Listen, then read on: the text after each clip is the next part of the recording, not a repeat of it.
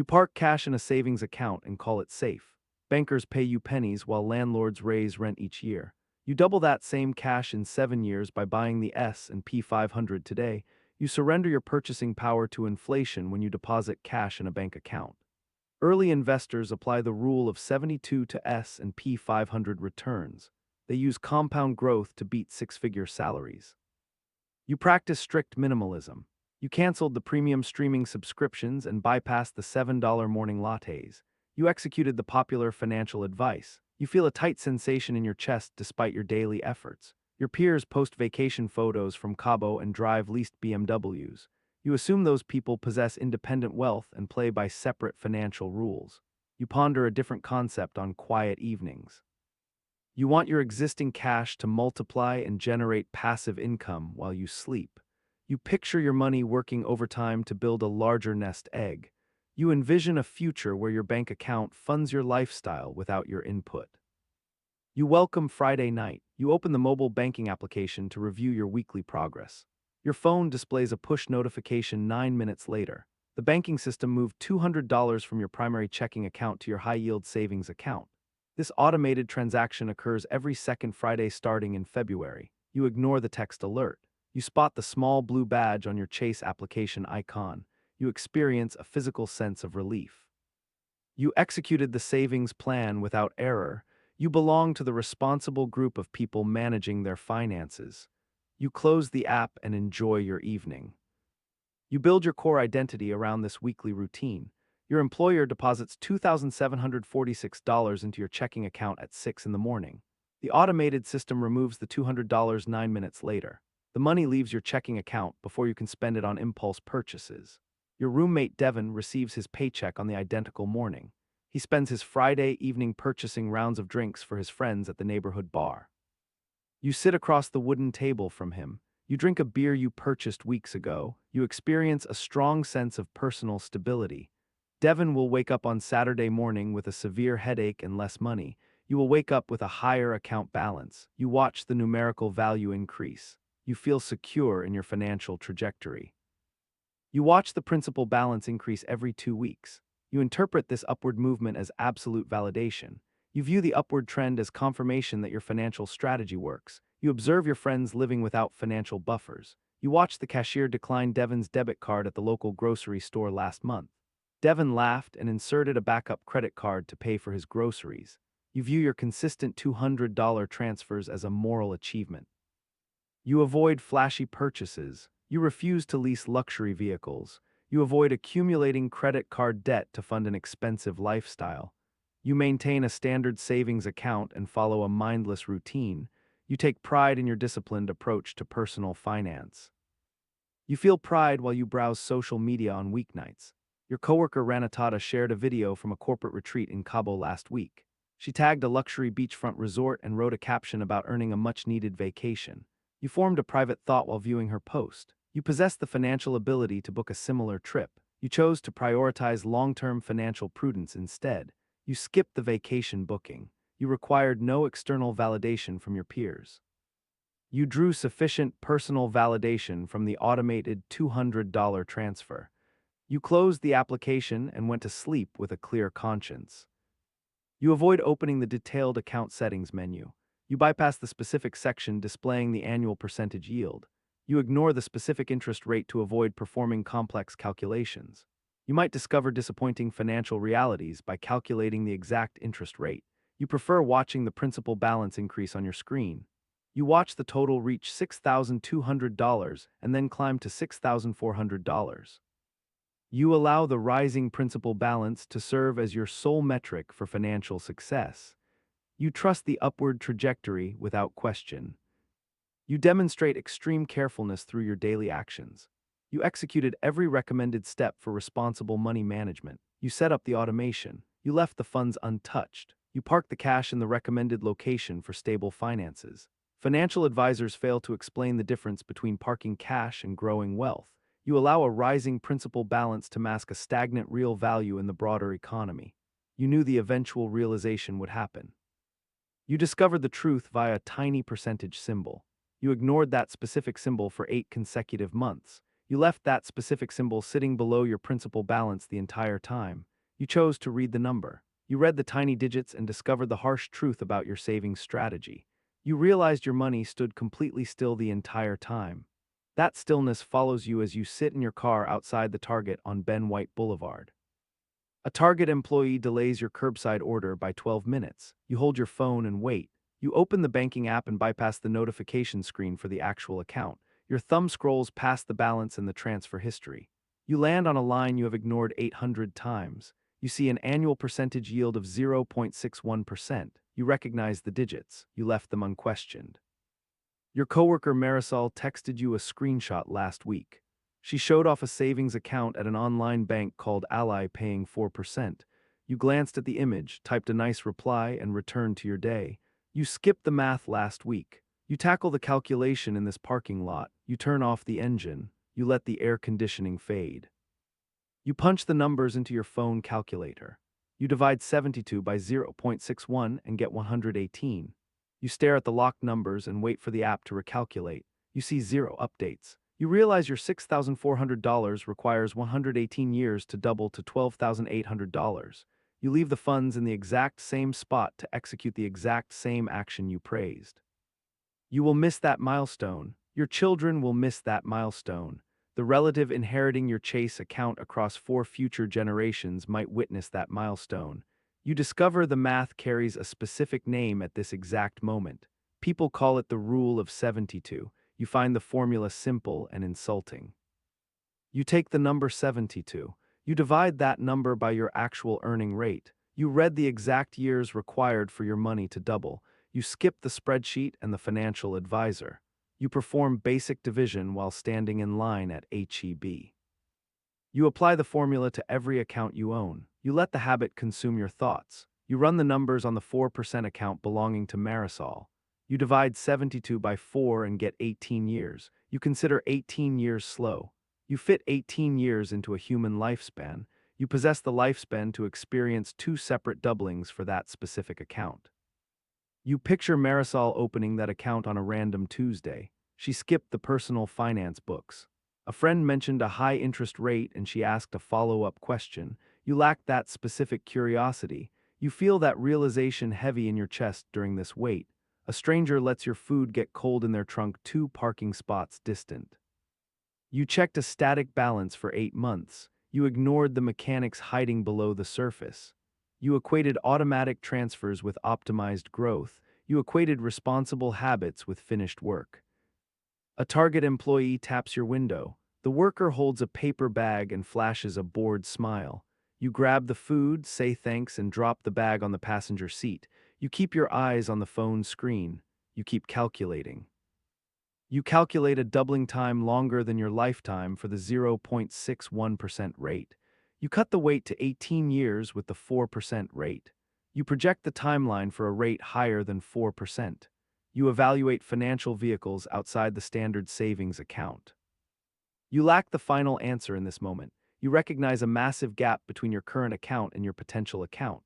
You give the gap a physical shape for the first time. You attach a specific number and a concrete formula to the void. You hold a tangible metric and discard a vague feeling of falling behind. You shift the car into reverse. You ignore the food on the passenger seat. You plan your next move with the formula. You plan your next move with the formula. A Target grocery bag sits on your kitchen counter for 3 days before you eat the contents. The physical food matters less than the mental calculation.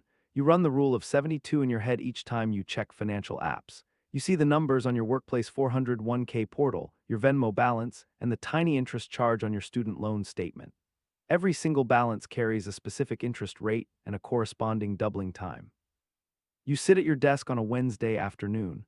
A microwave burrito cools 2 feet away from your keyboard. Your phone vibrates with a message from Caleb. You have known him since your sophomore year at the University of Texas.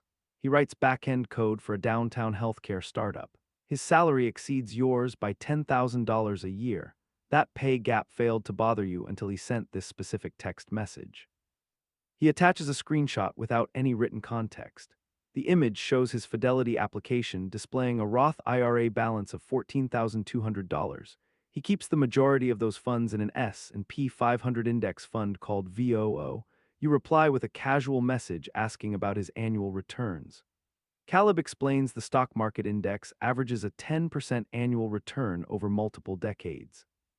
Stock prices drop during certain years and surge during others. Investors quote the long-term historical average as the standard metric. Your brain processes the math before you finish reading his message. Dividing 72 by 10 gives you 7.2. You double your invested money every 7 years, assuming the historical average holds true for the next century. You double the cash in 7 years instead of 18 or 118 years. You stare at your monitor and forget about your cold lunch. You experience a heavy sensation in your stomach as you recognize the hidden rules of wealth building. Caleb possesses zero special intelligence or massive inherited wealth. He opened a specific brokerage account and bought an index fund you ignored. He allowed 7 years of compounding to accomplish the work your savings account would take 118 years to finish. You unlock your phone and launch your personal banking application.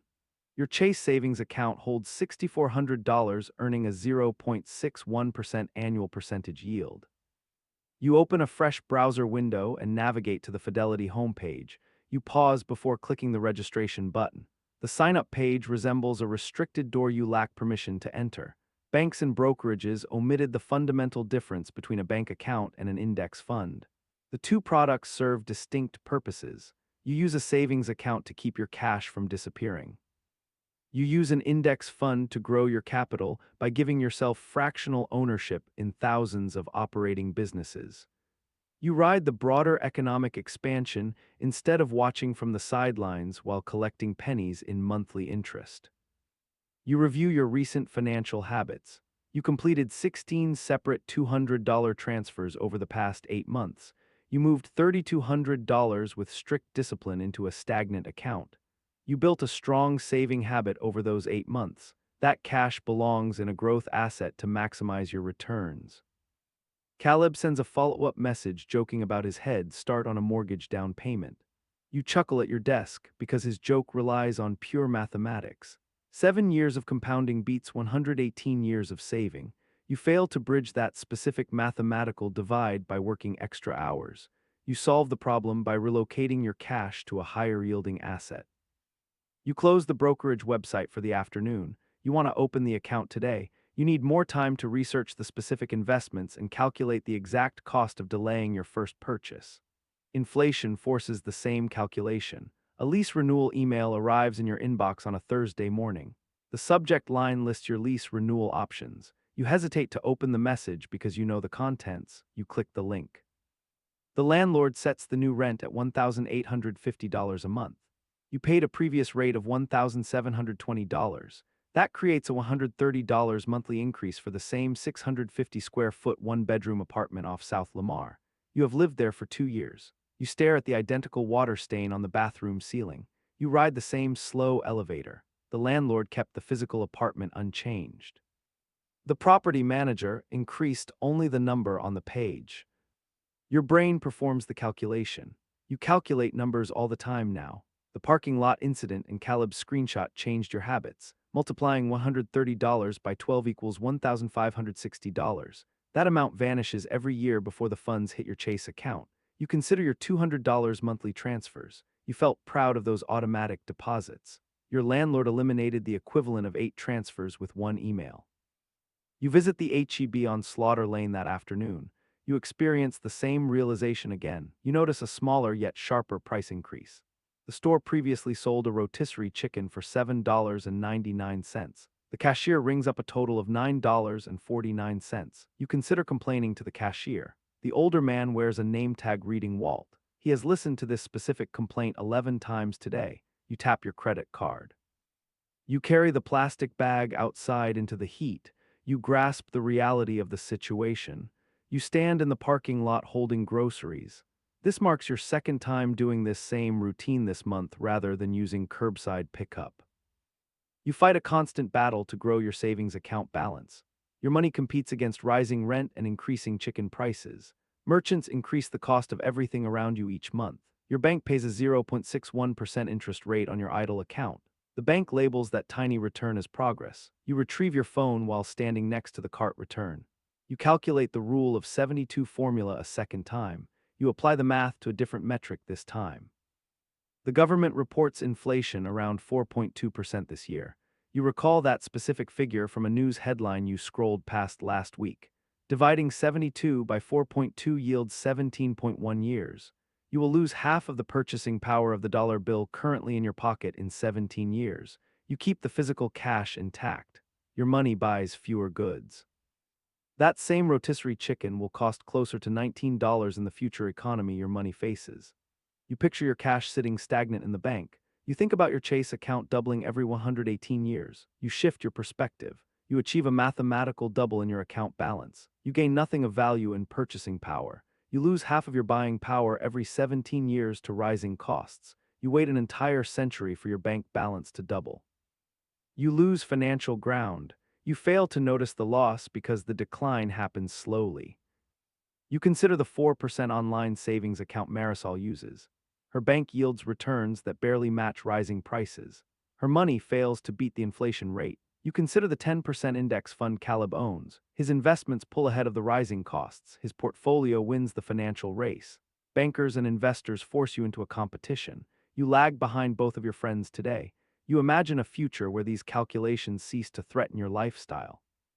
You picture a Cartier tank watch resting on your wrist. You paid cash for the luxury item. You avoided financing because your investment growth outpaced the rising cost of living. You stand far from that specific goal today. You see the clear path connecting your current situation to that future reality. You place the grocery bags into your trunk. The rotisserie chicken cools down inside its plastic container. You perform one final calculation before turning the ignition key. You stop calculating the interest earned on your deposits. You calculate the exact financial penalty for leaving your money in its current location. That exact calculation pushes you to act when the annual 401k enrollment email arrives during your regular grocery run. The HR department closes open enrollment on Friday. You delete these messages the moment they arrive without reading past the subject line. Today you click the link and navigate to the benefits portal. You read the specific details about the employer match for the very first time. The company contributes 4% dollar for dollar. You realize you have ignored this free money since receiving your very first paycheck at the organization. You attend the afternoon lunch session in the third-floor conference room. The catering comes from Jason's Deli. An HR representative named Gwen clicks through presentation slides while most attendees stare at their phones or ignore the presentation. You pay strict attention to her screen and take mental notes. She shares the 2026 contribution limits with the group. Employees under 50 can invest up to $24,500 in a traditional 401k this year. A Roth account allows an additional $7,500 in contributions. You have no intention of hitting either maximum limit right now. You just need to pick a starting number somewhere south of those specific ceilings. Nate from Accounts Payable sits next to you and picks the crust off his turkey sandwich. He is 34 years old and has worked at the company for nearly your entire life. He leans over during the question and answer period to share a quiet joke with you. He tells you he only opened his Roth account this year at age 34 and wishes someone had forced him to start the process at 26. He laughs at his own delay and returns to his lunch. You stay quiet because you are 26, turning 27 in November. You run the compound interest formula in your head, investing $350 a month into an S&P 500 index fund at a 10% average return until age 65 gives you 38 years of continuous growth. That specific time frame covers more than 5 full doubling cycles of 7.2 years each. You type the multiplication into your notes app under the table and calculate a final balance exceeding $1.8 million. Curiosity prompts you to calculate the numbers for someone starting a full decade later at age 36. Reaching the same finish line at age 65 requires a much higher monthly contribution from that older investor. Nate would need to invest $550 a month to get anywhere close to your final total. He has to find an extra $200 every single month to make up the mathematical difference. His shorter timeline provides 28 years of growth, which equals 4 complete doubling cycles. His final balance reaches slightly over $1 million despite the significantly larger monthly deposits. He puts more cash into the account but pulls less total wealth out at retirement. He faces a mathematical penalty for his later start date and no monthly contribution amount can erase that lost decade of compounding. Nate shifts the conversation to a recent baseball game, unaware that you turned his financial timeline into a personal case study. He lacks wealth because he lacked information, matching your own mindset 8 months ago when you considered a static bank balance absolute proof of financial discipline. You reap rewards from compound interest by starting early rather than relying on sheer effort. Gwen advances to a slide explaining vesting schedules while you complete the official enrollment form on your phone. You select a 4% contribution to capture the full employer match. You plan to direct your remaining savings into a brand new Roth IRA tonight. You will not max out the account today. You prioritize establishing the initial habit because it holds more value than hitting the absolute limit right now. Nate notices your screen and asks about your activity. You explain your complete enrollment process to him. He pauses for a long moment and mutters about the distinct advantages of being 26. He views that specific age as a distant vantage point he can no longer reach. You occupy that precise vantage point on this specific Friday while eating a deli sandwich at a meeting you almost ignored. The person who invests today holds no intellectual advantage over the person who delays the process. The early investor claims the calendar. You grasp the exact dollar value of a 10-year head start while sitting in a third-floor conference room solving complex equations nobody assigned as homework. You carry that mathematical clarity home on a Tuesday night. 3 weeks into your new financial routine, you check your Fidelity account and see the initial 4% of your Roth 401k contribution.